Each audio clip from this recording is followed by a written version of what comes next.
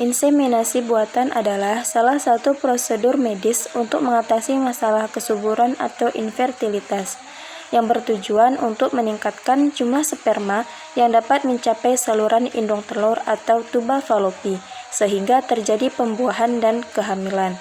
Inseminasi buatan dilakukan dengan cara menempatkan sperma langsung ke dalam rahim pada saat pelepasan sel telur atau ovulasi dengan menggunakan kateter kecil.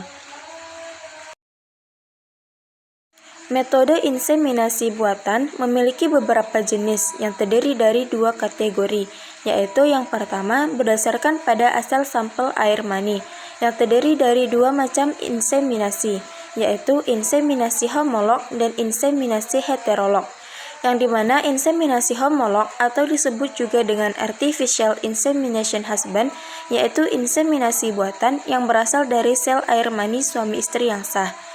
Sedangkan inseminasi heterolog atau disebut juga dengan artificial insemination donor, yaitu inseminasi buatan yang selnya bukan berasal dari air mani suami istri yang sah. Nah, kategori yang kedua berdasarkan pada bagian reproduksi perempuan yang diinjeksi oleh sperma. Dapat dibedakan menjadi 5 macam inseminasi, yaitu yang pertama inseminasi intratubal, yaitu jenis inseminasi buatan yang dilakukan di dalam tuba falopi. Yang kedua ada inseminasi intrafolikular, yaitu jenis inseminasi buatan yang dilakukan di folikal ovarium.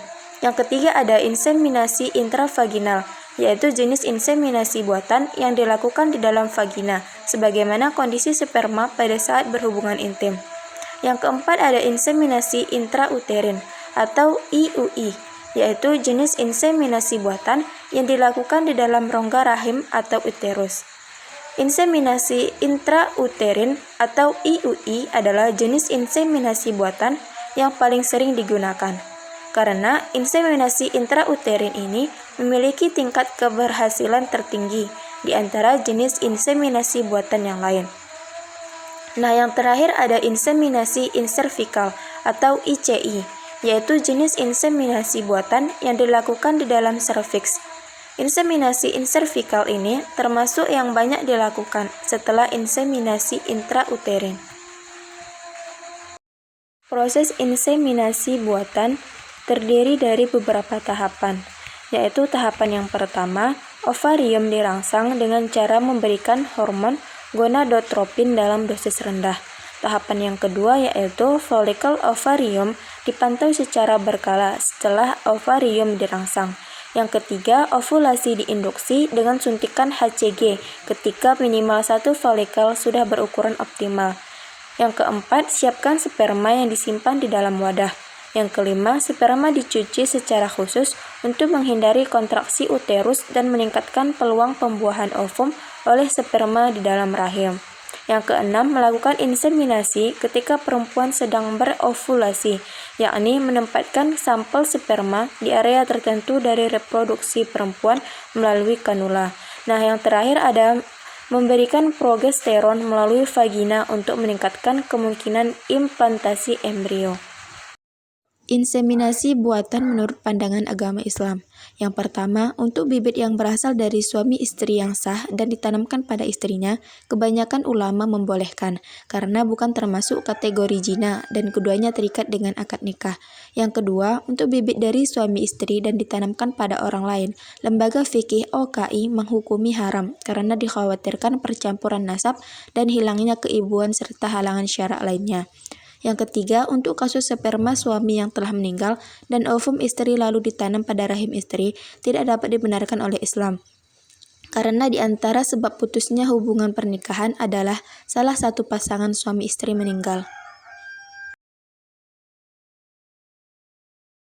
Fertilisasi in vitro atau bayi tabung adalah sebuah teknik pembuahan di mana sel telur atau ovum dibuahi di luar tubuh wanita.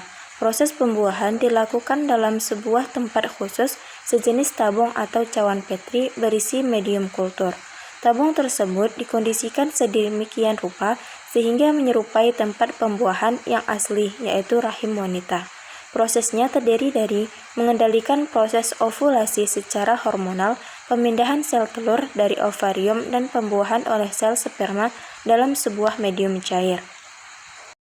Proses fertilisasi in vitro atau bayi tabung yaitu mula-mula dengan melakukan pengambilan sel telur dari wanita yang baru saja mengalami ovulasi atau pelepasan sel telur dari indung telur dengan menggunakan suatu alat khusus. Kemudian, sel telur yang diambil tadi dibuahi dengan sperma yang sudah dipersiapkan dalam tabung, yang suasananya dibuat persis seperti di dalam rahim. Hasil pembuahan dipelihara beberapa saat dalam tabung tersebut, sampai pada suatu saat tertentu akan ditanam kembali ke dalam rahim wanita tersebut. Selanjutnya, diharapkan embrio akan tumbuh sebagaimana layaknya di dalam rahim wanita, dan wanita tersebut akan mengalami kehamilan serta perkembangan selama kehamilan seperti biasa. Fertilisasi in vitro mendapatkan pro dan kontra dari sebagian masyarakat, disebabkan karena antara lain, yang pertama, secara etika dan moral, sebagian masyarakat menolak karena proses pembuahan pada bayi tabung dilakukan dengan menggunakan cawan petri, sehingga embrio yang diperlukan dimasukkan kembali ke rahim, sedangkan sisanya dibuang. Hak hidup embrio yang dibuang inilah yang dipermasalahkan, sebab banyak yang memandang hal ini sebagai tindakan pembunuhan. Yang kedua, status bayi dikaburkan, yang sering terjadi pada penderita penyakit yang sudah tidak memiliki harapan sembuh pada janinnya, lalu menyuruh dokter untuk menggugurkan kandungan dan meminta bayi lain dengan mengubah status janin dan sebagainya. Yang ketiga, percampuran nasab. Padahal, Islam sangat menjaga kesucian atau kehormatan kelamin dan kemurnian nasab, karena nasab ada kaitannya dengan kemahraman dan warisan. Yang keempat ada bayi tabung lahir tanpa melalui proses tidak hamil, terutama bayi tabung yang lewat ibu titipan yang menyerahkan bayinya kepada pasangan suami istri yang punya benihnya sesuai dengan kontrak, tidak terjalin hubungan keibuan secara alami.